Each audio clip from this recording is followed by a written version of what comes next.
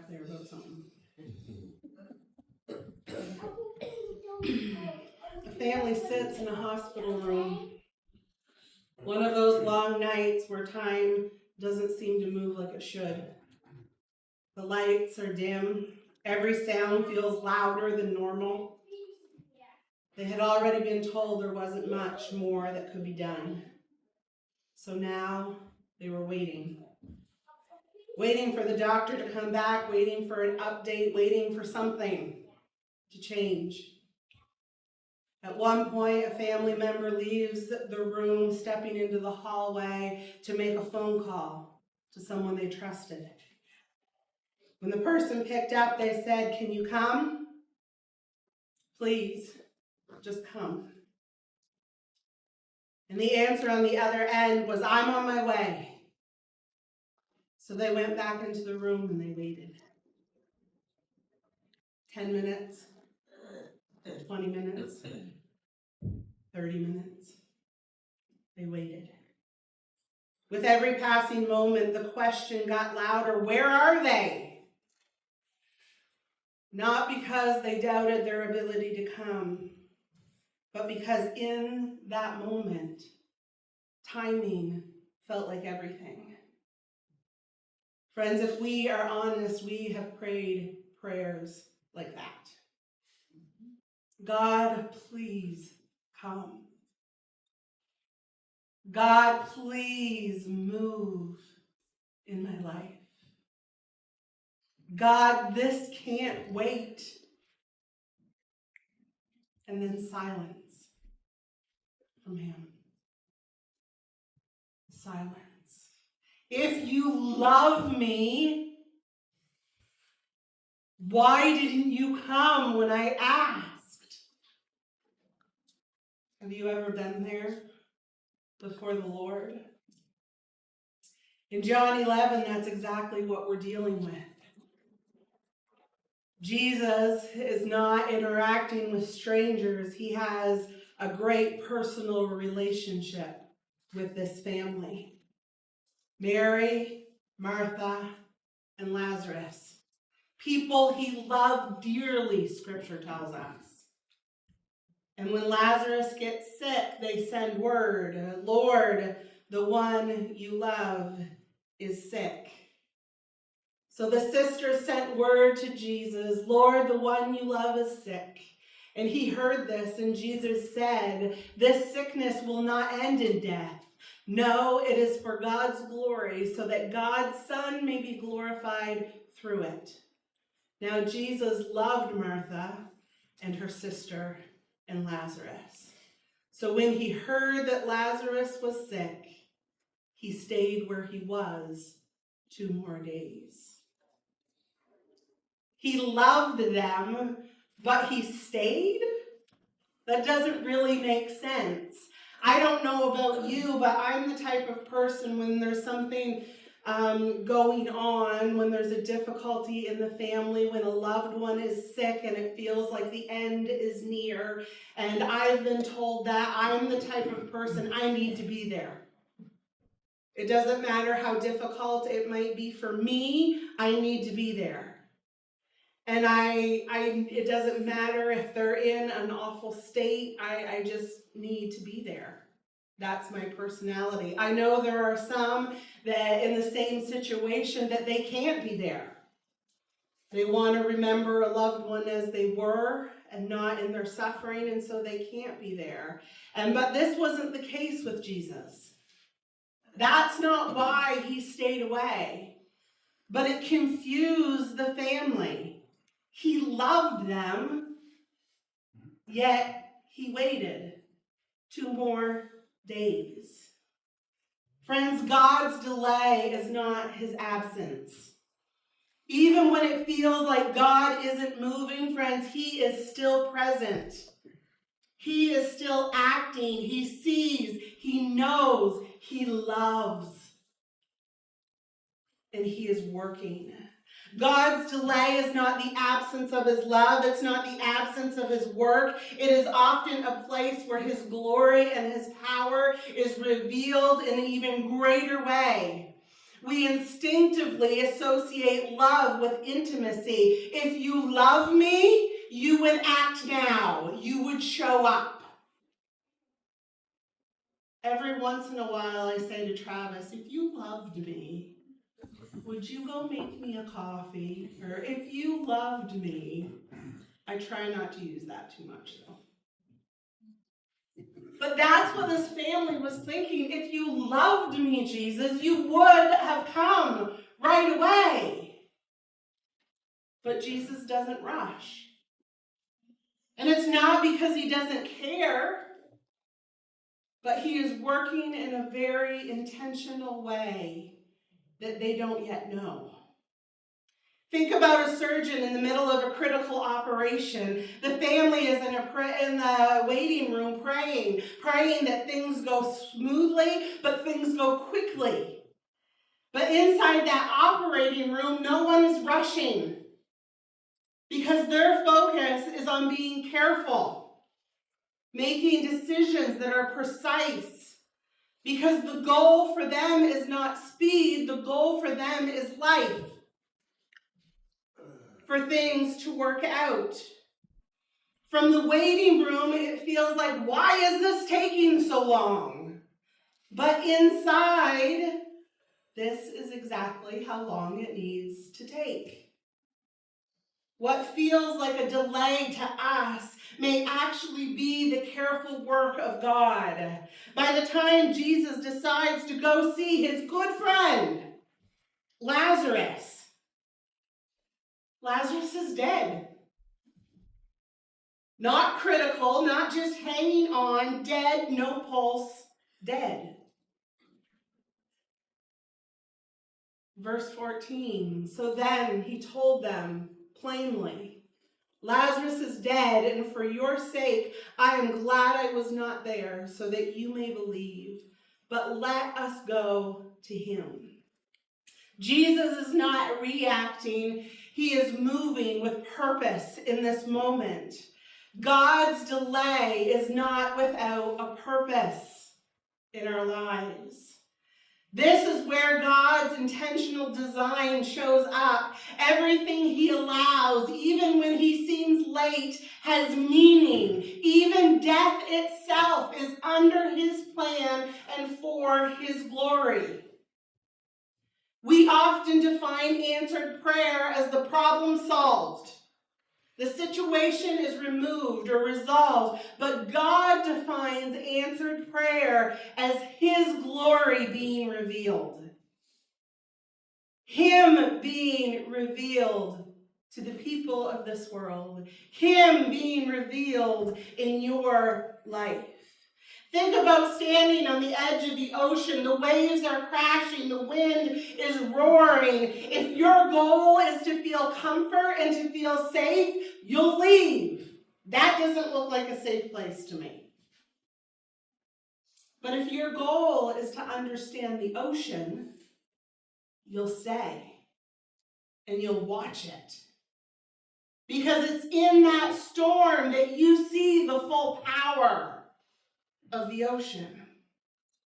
God is not just solving your situation. He is revealing who he is within that situation. When Jesus arrives, it's been 4 days. He missed the funeral. The people are already grieving. All hope is gone because death is death.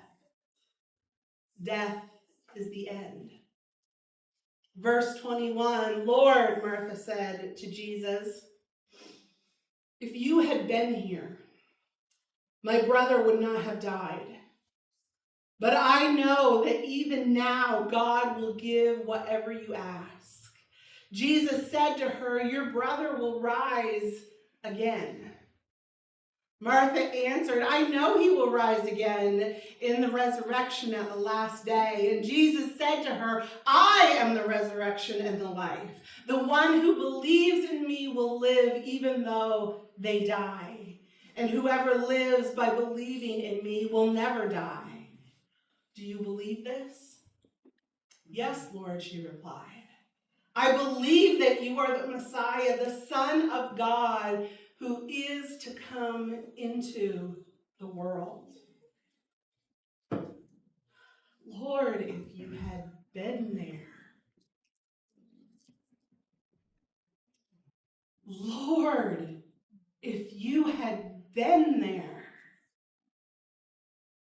That is a powerful statement because that is faith mixed with disappointment.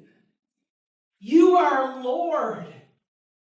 If you had been there, you could have done something, but you weren't. And Jesus doesn't correct her. He reveals himself to her, saying, I'm the resurrection and the life. You are face to face with death, but I am the resurrection and the life. He shifts her from trusting an outcome to trusting in him. Then Jesus goes to the tomb. The crowd follows. The grief is heavy. This is final. Verse 35. Jesus wept. Jesus wept. He knows what he's about to do. Yet he still enters into their grief. Before he transforms the situation, he joins them in their sorrow. Then he steps towards the tomb, a stone covering the entrance. Lord, it's been 4 days. Verse 38. Jesus, once more, deeply moved, came to the tomb. It was a cave with a stone laid across the entrance. Take away the stone, he said. But Lord, said Martha, the sister of the dead man, by this time there is a bad odor, for he has been there for 4 days. Then Jesus said, did I not tell you that if you believe, you will see the glory of God? So they took away the stone, and then Jesus looked up and said, Father, I thank you that you heard me. I knew that you always hear me. But I said this for the benefit of the people standing here, that they may believe that you sent me. When he said this, Jesus called in a loud voice, Lazarus, come out. The dead man came out, his hands and feet wrapped with strips of linen and a cloth around his face. Jesus said, take off the grave clothes and let him go. Jesus talking to a dead man, Lazarus, come out. And a man who was dead walks out. God's delay is not the end of the story, friends. It's not the end of the story. Even when hope feels like it's gone, God is working towards life. The delay sets a stage for the resurrection, for the transformation, for the power and the glory of God to be revealed. Friends, we love stories where everything works out the last second. It comes together. But this story doesn't do that. It lets it become too late.